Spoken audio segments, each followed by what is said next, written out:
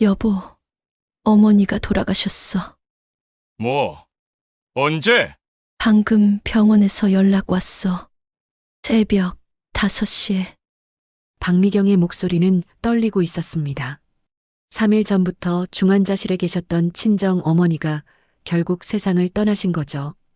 78평생을 고생만 하시다가 가신 어머니를 생각하니 눈물이 쏟아져 나왔습니다. 그런데 남편 강성훈의 반응은 미경이 예상했던 것과는 완전히 달랐어요. 성훈은 잠시 멈칫하더니 시계를 보며 한숨을 내쉬었습니다. 아, 참 타이밍도 안 좋네. 오늘 중요한 골프 약속이 있는데. 미경은 자신의 귀를 의심했습니다.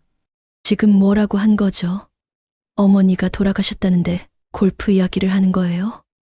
당신 지금 뭐라고 한 거야? 성우는 옷장에서 골프웨어를 꺼내며 대답했습니다. 미안해. 정말 중요한 모임이야. 회사 상무님도 오시고 이번에 놓치면 안 되는 기회거든. 미경의 가슴이 무너져 내리는 것 같았어요. 30년 결혼 생활 동안 남편이 친정을 대하는 태도가 늘 불편했지만 이건 정말 상상도 못한 일이었죠. 어머니는 생전에 성훈을 친아들처럼 챙겨주셨습니다. 명절 때마다 며칠씩 미리 준비해서 온갖 음식을 해주셨고 성훈이 좋아하는 돼지갈비찜은 특별히 양념을 달리해서 따로 만들어주시기까지 했어요. 성훈의 생일이면 미경보다 더 신경 써서 챙겨주셨던 어머니인데 정작 그 어머니가 돌아가신 날에 골프를 간다는 게 말이 되나요? 미경은 성훈의 팔을 붙잡고 애원했습니다. 여보, 제발. 골프는 다음에 가면 안 돼. 어머니 장례 준비도 해야 하고. 아니야. 이해해줘. 진짜 중요한 약속이라니까. 장례 준비는 너 혼자서도 할 수 있잖아. 성훈은 미경의 손을 뿌리치고 골프백을 메었습니다. 그 모습을 보는 미경의 마음은 산산조각이 났어요. 결혼 초부터 지금까지 미경은 늘 성훈의 뒤에서 조용히 뒷바라지만 해왔습니다. 친정 어머니도 그런 미경을 안쓰러워하시며 사위가 너를 소중히 여기지 않는 것 같다고 걱정하셨지만 미경은 그저 남편이 바빠서 그럴 뿐이라고 둘러댔죠. 하지만 이제는 정말 참을 수가 없었습니다. 어머니의 마지막 순간에도 골프가 더 중요하다는 남편을 보니 지금까지 참아왔던 모든 감정이 폭발할 것 같았어요. 과연 이 남편에게 어떤 비밀이 숨겨져 있었을까요? 그리고 친정 어머니가 남기신 마지막 선물의 정체는 무엇이었을까요? 이 이야기가 궁금하시다면 구독과 좋아요 부탁드립니다. 성훈이 골프백을 메고 나간 후 미경은 텅 빈 거실에 혼자 남겨졌습니다. 어머니가 돌아가셨다는 현실도 받아들이기 힘든데 남편의 차가운 반응까지 겹치니 정말 막막했어요. 미경은 소파에 털썩 주저앉으며 30년 전을 떠올렸습니다. 25살에 성훈과 결혼할 때만 해도 모든 게 장밋빛이었죠. 성훈은 당시 작은 회사에 다니는 평범한 직장인이었어요. 딱히 집안이 좋은 것도 아니었고 돈이 많은 것도 아니었습니다. 하지만 미경은 성훈의 성실함에 끌렸고 부모님도 사람됨이 좋으니 잘 살 수 있을 것이라며 결혼을 허락해 주셨죠. 문제는 결혼 직후부터 시작됐어요. 성훈의 부모님은 며느리인 미경에게 지나치게 많은 것을 요구했습니다. 시어머니는 미경이 친정에 가는 것조차 못마땅해 했고 시집 온 여자가 친정만 들락날락하면 어떡하느냐며 핀잔을 주곤 했어요. 반면 친정 어머니는 정반대였습니다. 성훈이 집에 올 때마다 온갖 정성을 다해서 대접해 주셨죠. 성훈이 좋아한다고 하면 멀리 있는 재료라도 구해와서 음식을 해주셨고 추석이나 설날에는 성훈 몫으로 따로 용돈까지 챙겨주셨어요. 우리 사위가 고생이 많다며 미경이가 잘못해서 속상하지? 어머니는 늘 성훈을 걱정해 주셨습니다. 미경이 보기에는 성훈이 집안일 하나 제대로 도와주지 않는데도 어머니는 오히려 성훈 편을 들어주셨죠. 그런데 성훈은 어떻게 보답했을까요? 친정에 가는 것을 싫어했고 어머니가 정성스럽게 준비해 주신 음식도 집에서 먹는 게 더 맛있다며 시큰둥해했어요. 결혼 10년 차쯤 되었을 때였습니다. 성훈이 사업을 하겠다며 회사를 그만뒀어요. 당시 IMF로 온 나라가 어려웠는데 성우는 친구와 함께 작은 무역업체를 차리겠다고 했죠. 여보, 너무 위험하지 않을까? 지금 시기에 사업을 시작하는 게. 미경은 걱정했지만 성우는 들으려 하지 않았습니다. 당신은 가만히 있어. 남자 일에 여자가 끼어들지 마. 결국 성우는 사업을 시작했고 예상대로 1년도 안 되어 망했어요. 그것도 단순히 망한 게 아니라 빚까지 지게 되었습니다. 2억 원이라는 거액이었죠. 그때 성우는 미경에게 말했습니다. 미안해. 친정에서 좀 도움을 받을 수 있을까? 미경은 어머니께 사정을 말씀드렸어요. 어머니는 아무 말씀 없이 며칠 후 돈을 마련해 주셨습니다. 어떻게 구하신 건지는 묻지 않았지만 나중에 알고 보니 어머니가 살던 집을 팔아서 전세집으로 이사하신 거였어요. 엄마, 이럴 일이 아니에요. 제가 어떻게 엄마 집까지. 괜찮다. 다위가 잘 되면 우리 미경이도 편하게 사는 거 아니냐. 집은 나중에 다시 사면 되지? 어머니는 그렇게 말씀하시며 웃으셨지만 미경은 죄송해서 어쩔 줄 몰랐어요. 성우는 그 돈으로 빚을 정리했고 다시 직장을 구해서 열심히 일했습니다. 그리고 10년 후 정말로 성공했어요. 지금은 중견기업의 임원이 되어서 남부럽지 않게 살고 있죠. 하지만 성우는 그 사실을 잊은 것 같았습니다. 어머니가 자신을 위해 집까지 팔아주신 것을 정작 그 어머니가 돌아가신 날에 골프를 택하다니요. 미경은 주먹을 꽉 쥐었습니다. 이제는 정말 참을 수 없었어요. 미경은 혼자서 장례 준비를 시작해야 했습니다. 어머니의 마지막 길을 준비하는 일인데 남편의 도움 하나 받을 수 없다니 정말 기가 막혔어요. 오전 10시쯤 장례식장에 도착했을 때 이미 친척들이 모여 있었습니다. 작은아버지가 미경을 보더니 물어보셨어요. 미경아, 성훈이는 어디 있니? 사위가 와야 할 일이 많은데. 미경은 뭐라고 대답해야 할지 몰랐습니다. 설마 골프 치러 갔다고 할 수는 없잖아요. 아, 잠깐 급한 일이 있어서요. 곧 올 거예요. 거짓말을 할 수밖에 없었습니다. 친척들 앞에서 남편이 골프를 갔다고 말하면 어떻게 될지 뻔했거든요. 점심시간이 되어도 성훈은 나타나지 않았어요. 미경의 휴대폰에는 성훈이 골프장에서 찍은 사진이 카카오톡으로 날아왔습니다. 파란 하늘 아래 골프채를 들고 웃고 있는 성훈의 모습이었죠. 미경은 그 사진을 보는 순간 눈물이 터져 나왔어요. 어머니의 영정사진 앞에서 혼자 울고 있는 자신과 골프장에서 즐겁게 웃고 있는 남편의 모습이 너무나 대조적이었거든요. 미경아, 많이 힘들지? 사촌 언니가 옆에 와서 위로해 주셨어요. 언니, 전 정말 모르겠어요. 어떻게 이럴 수가 있을까요? 미경은 결국 사촌 언니에게 모든 이야기를 털어놨습니다. 성훈이 어머니 장례식 날 골프를 간 것, 그동안 친정을 홀대했던 것들을 다 말했어요. 뭐, 그런 말도 안 되는 일이 어디 있어? 장인어른 장례식에 골프를 가다니. 사촌 언니는 분노했지만 미경은 그저 한숨만 나왔어요. 오후 3시쯤 성훈에게 전화를 걸었습니다. 여보, 언제 올 거야? 오늘 입관식도 해야 하고. 아, 미안해. 생각보다 시간이 오래 걸리네. 저녁에나 갈 수 있을 것 같아. 여보, 제발 좀 와줘. 혼자서 다 할 수가 없어. 알았어. 최대한 빨리 끝내고 갈게. 하지만 성우는 저녁이 되어도 오지 않았어요. 대신 또 다른 카카오톡이 왔습니다. 이번에는 골프장 식당에서 회식하는 사진이었죠. 회사 사람들과 저녁 먹고 있어. 조금 늦을 것 같아. 미경은 휴대폰을 바라보며 분노가 치솟았습니다. 이게 정말 30년을 함께 산 남편의 모습인가요? 입관식 시간이 되었는데도 성우는 나타나지 않았어요. 친척들이 하나둘씩 묻기 시작했습니다. 성훈이가 왜 안 와? 이런 중요한 날에 사위가 빠지면 안 되는데. 미경아, 성훈이한테 연락 안 되니? 미경은 더 이상 거짓말을 할 수가 없었어요. 결국 작은아버지께 조심스럽게 말씀드렸습니다. 삼촌, 성훈이가 정말 중요한 회사 일이 있어서요. 회사 일? 장인어른 장례식보다 중요한 회사 일이 어디 있어? 작은아버지의 목소리가 점점 커졌어요. 다른 친척들도 수군거리기 시작했습니다. 요즘 사위들이 다 그래. 장인어른을 우습게 봐. 옛날에는 상상도 못할 일이지. 미경은 땅에라도 숨고 싶었어요. 이렇게 창피한 적이 또 있을까요? 결국 성훈이 나타난 건 밤 9시였습니다.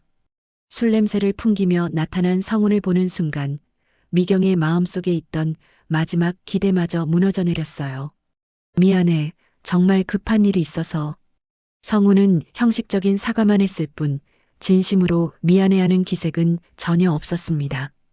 그 순간 미경은 깨달았어요. 이 남편에게 어머니는 그리고 자신은 정말 아무것도 아니구나. 장례식 당일 미경은 새벽부터 혼자 모든 준비를 했습니다. 성우는 전날 늦게 와서는 피곤하다며 일찍 잠들어 버렸거든요. 조문객들이 하나둘씩 찾아오기 시작했어요.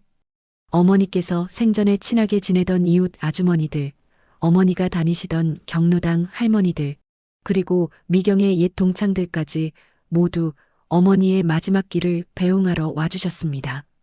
미경아, 어머님이 평소에 너 이야기를 정말 많이 하셨어. 딸이 착해서 복 받을 거라고 하시더라. 경로당에서 함께 활동하시던 김할머니가 말씀해 주셨어요. 할머니, 감사합니다. 미경은 고개를 숙이며 인사드렸지만 마음 한편으로는 씁쓸했어요. 어머니가 자신을 자랑스러워 하셨다는 말이 오히려 더 슬펐거든요. 그런데 사위는 어디 갔니? 아까부터 안 보이던데. 이웃집 아주머니가 물어보셨어요. 미경은 또다시 변명을 해야 했습니다. 아, 회사에서 급한 일이 있어서요. 하지만 사람들의 시선이 곱지 않다는 걸 느낄 수 있었어요. 장인어른 장례식에 사위가 없다는 게 얼마나 이상한 일인지 모두들 알고 있었거든요. 오전 11시쯤 성훈이 겨우 나타났습니다. 양복은 입었지만 어딘지 모르게 마지못해 온 것 같은 표정이었어요. 미안, 회사에서 급한 전화가 와서. 성훈은 건성으로 사과하고는 조문객들과 인사를 나눴습니다. 하지만 미경이 보기에 성훈의 태도는 정말 형식적이었어요. 진심으로 슬퍼하거나 안타까워하는 기색은 전혀 없었죠. 발인 시간이 되어 관을 영구차에 옮길 때였습니다. 본래 사위가 해야 할 일들을 모두 작은아버지와 사촌형들이 대신 해주셨어요. 성우는 그 모습을 멀뚱멀뚱 바라보기만 했습니다. 화장장으로 가는 차 안에서 미경은 참았던 눈물을 쏟아냈어요. 어머니의 마지막 순간에도 혼자였다는 사실이 너무 슬펐습니다. 여보, 울지 마. 어머님도 편안히 가셨을 거야. 성훈이 위로한다고 말했지만 미경에게는 공허하게 들렸어요. 정작 어머니가 힘들어하실 때 옆에 없었던 사람이 무슨 위로를 하겠어요. 화장장에서 마지막 작별 인사를 할 때였습니다. 미경은 어머니의 얼굴을 마지막으로 보며 속으로 다짐했어요. 엄마, 미안해요. 제가 엄마를 더 잘 모셨어야 했는데, 그리고 성훈이한테 더 잘하라고 말씀드렸어야 했는데, 그때 성훈이 미경의 어깨에 손을 올렸습니다. 이제 그만해. 너무 오래 붙잡고 있으면 어머님이 편히 못 가셔. 미경은 성훈의 손을 뿌리쳤어요. 지금 이 순간마저 자신을 재촉하는 남편이 미웠거든요. 장례를 마치고 집으로 돌아온 후 성훈은 소파에 앉으며 말했습니다. 이제 끝났네. 정말 피곤하다. 끝났다고요? 어머니의 장례가 그저 끝내야 할 일에 불과했단 말인가요? 당신한테는 그냥 끝낼 일이었나 봐.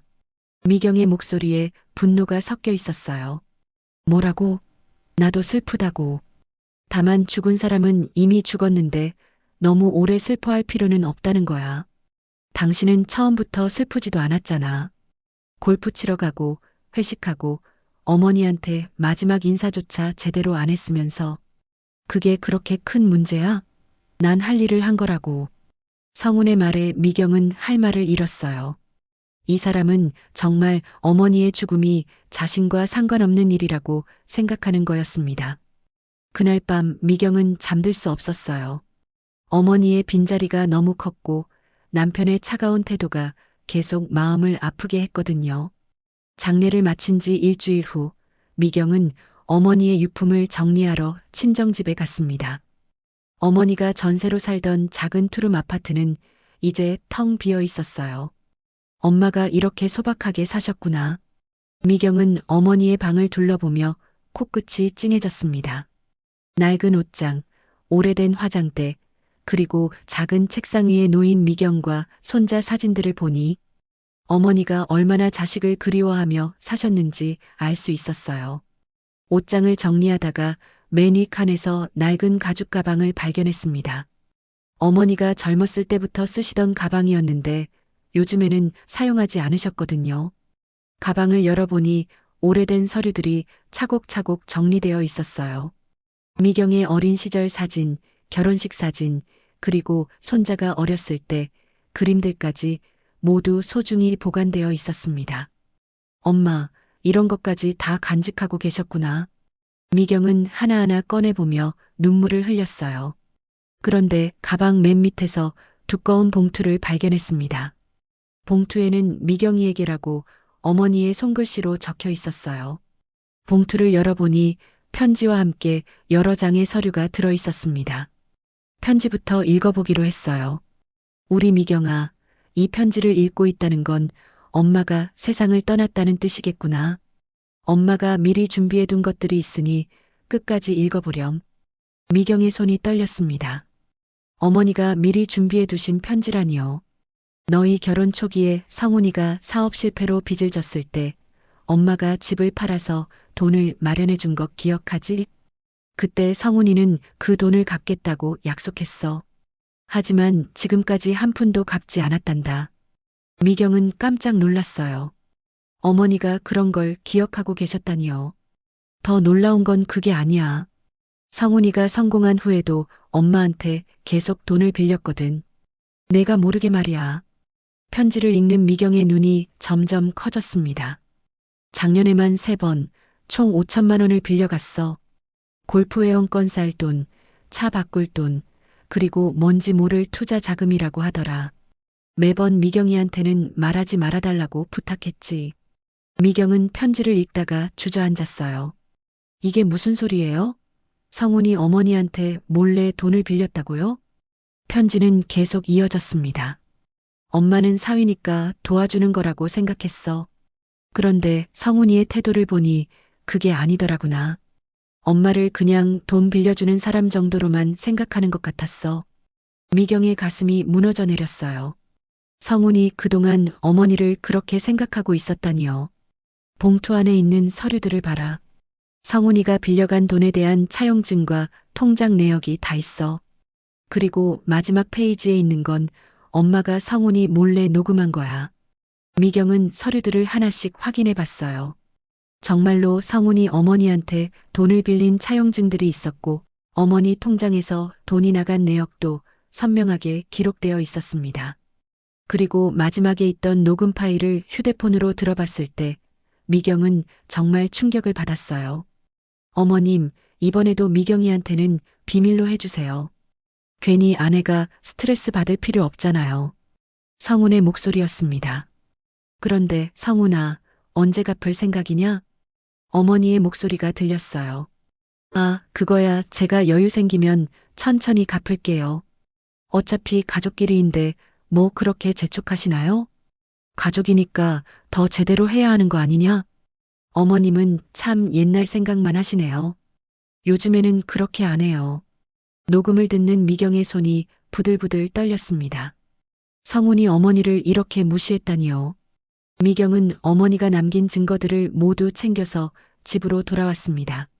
마음속에는 분노와 배신감이 소용돌이치고 있었어요.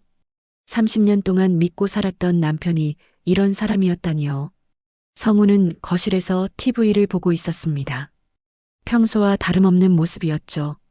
미경은 성훈 앞에 서서 차용증들을 탁자 위에 내려놓았어요. 이게 뭐야? 성훈이 서류들을 보더니 얼굴이 하얗게 질렸습니다. 당신이 우리 어머니한테 빌린 돈 내역이야. 이것부터 설명해봐. 어디서 이런 걸? 성훈은 당황한 기색이 역력했어요. 어머니가 남겨두신 거야. 당신이나 몰래 어머니한테 얼마나 많은 돈을 빌렸는지 다 기록해 두셨더라고. 미경의 목소리는 차갑게 식어 있었습니다. 미경아, 이건 오해야. 내가 설명할게. 오해? 뭐가 오해야? 차용증에 당신 도장까지 찍혀 있는데? 미경은 녹음 파일을 재생시켰어요. 성훈이 어머니를 무시하며 말하는 목소리가 거실에 울려 퍼졌습니다. 어머님은 참 옛날 생각만 하시네요. 요즘에는 그렇게 안 해요. 녹음을 듣는 성훈의 얼굴은 점점 더 하얗게 변했어요. 이것도 오해야? 당신이 우리 어머니한테 한 말이잖아.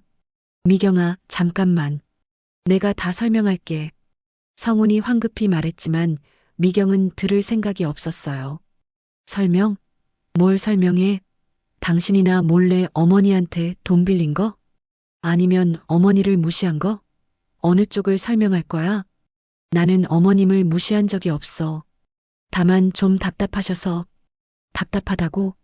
당신 빚 대신 갚아주신 분이 답답하다고? 미경의 목소리가 점점 커졌어요. 그리고 이 돈은 언제 갚을 거야? 어머니 돌아가신 지 일주일이 됐는데 갚겠다는 말은 한마디도 안 하더니 성우는 한참 동안 말이 없었습니다. 그러다가 갑자기 화를 내기 시작했어요. 그래, 내가 빌린 거 맞아. 그런데 그게 뭐가 문제야? 가족끼리 돈 빌려주고 받는 게 이상한 일이야? 가족이라고 해서 공짜로 써도 된다는 거야? 아니지만 어차피 나중에 당신이 상속받을 돈 아니야? 미리 쓴 거나 마찬가지잖아. 미경은 성훈의 말을 듣고 정말 기가 막혔어요. 상속받을 돈이라고? 그게 당신이 마음대로 쓸 돈이야? 당신 남편이 쓰는 거니까 결국 우리 집 돈 아니야? 미경은 성훈의 뻔뻔함에 할 말을 잃었습니다. 어떻게 이렇게 무책임한 말을 할 수 있을까요? 그럼 골프 회원권은? 새 차는? 그것도 우리 집을 위한 거였어? 그런 것들이 있어야 사회생활을 제대로 할 수 있잖아. 결국 우리 가정을 위한 거야. 우리 가정을 위해서? 그럼 어머니 장례식 날 골프 간 것도 우리 가정을 위해서? 성우는 잠시 말이 막혔다가 다시 변명을 늘어놓았어요. 그건 정말 중요한 약속이었어. 회사 상무님과의 약속을 어길 수 없었다고. 당신한테는 회사 상무님이 장인어른보다 중요했구나. 그런 게 아니라. 그런 게 맞잖아. 당신은 처음부터 우리 어머니를 돈 빌려주는 사람 정도로밖에 생각 안 했어. 미경은 어머니의 편지를 꺼내 성훈에게 보여줬어요. 어머니가 마지막에 이런 편지까지 남기셨어. 당신이 어머니를 어떻게 대했는지 다 아셨다고. 성훈이 편지를 읽는 동안 미경은 계속 말했습니다. 당신이 지금까지 이렇게 살 수 있었던 건 우리 어머니 덕분이야. 그런데 정작 어머니 마지막 순간에는 골프가 더 중요했고, 성훈은 편지를 다 읽고 나서도 한참 동안 말이 없었습니다. 그러다가 갑자기 무릎을 꿇더니 미경에게 빌기 시작했어요. 미경아, 미안해. 정말 미안해. 내가 잘못했어. 하지만 미경은 더 이상 성훈의 사과를 믿을 수 없었어요. 30년 동안 속여왔는데 이제 와서 미안하다고 하면 다 용서가 될까요? 이제 와서 미안하다고? 30년 동안 거짓말해놓고? 나도 어쩔 수 없었어. 말하면 당신이 상처받을까봐. 상처받을까봐? 아니면 들킬까봐? 미경의 목소리에는 더 이상 감정이 없었어요. 실망과 분노가 절망으로 바뀌어 버린 거죠. 그동안 내가 얼마나 바보였는지 알겠어.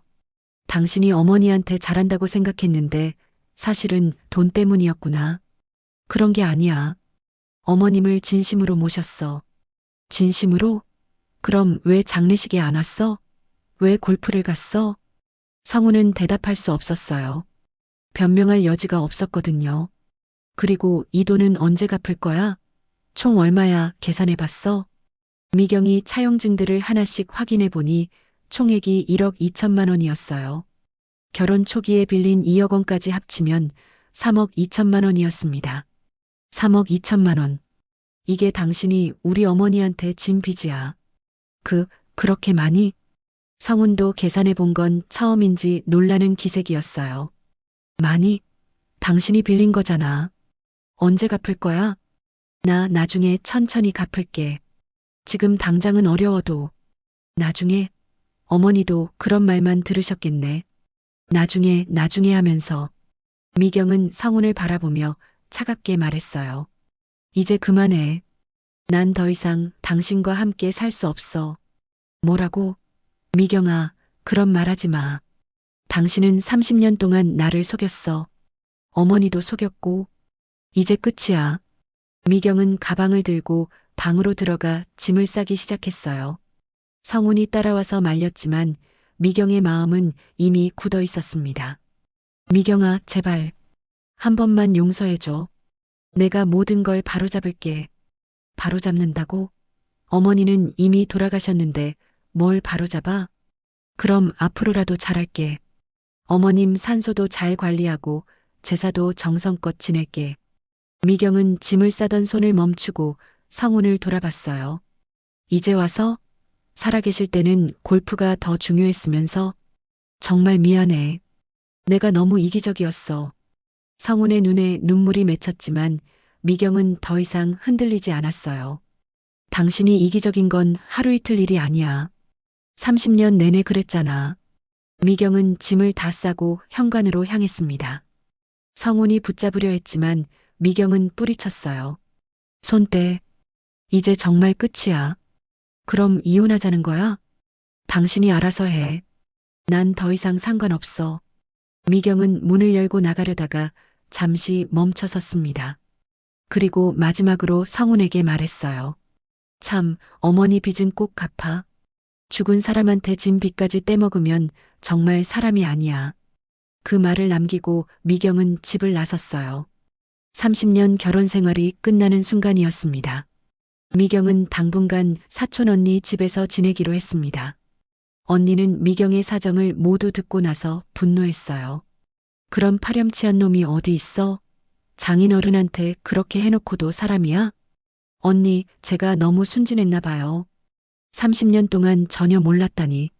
순진한 게 아니라 너무 착했던 거야. 그런 놈한테 인생을 버린 셈이네. 며칠 후 어머니가 남긴 편지 봉투에서 미경이 놓친 게 하나 더 있다는 걸 발견했어요. 봉투 맨 밑에 작은 통장이 숨겨져 있었던 거죠. 통장을 확인해 보니 미경 명의로 되어 있었고 잔액이 3억 원이 넘었어요. 어머니가 평생 모은 돈을 모두 미경 앞으로 옮겨둔 거였습니다. 통장과 함께 작은 쪽지가 하나 더 있었어요. 우리 미경아, 엄마가 평생 모은 돈이야. 이제 그 사람한테 의존하지 말고 내 인생을 살아가렴. 엄마는 우리 미경이가 행복하게 사는 걸 보고 싶어? 새로운 시작을 응원한다. 미경은 쪽지를 읽으며 눈물을 흘렸어요. 어머니가 마지막까지 자신을 위해 준비해 두신 선물이었습니다. 그날 오후 성훈에게서 전화가 왔어요. 미경아, 집에 언제 돌아올 거야? 우리 다시 이야기해보자. 돌아갈 생각 없어요.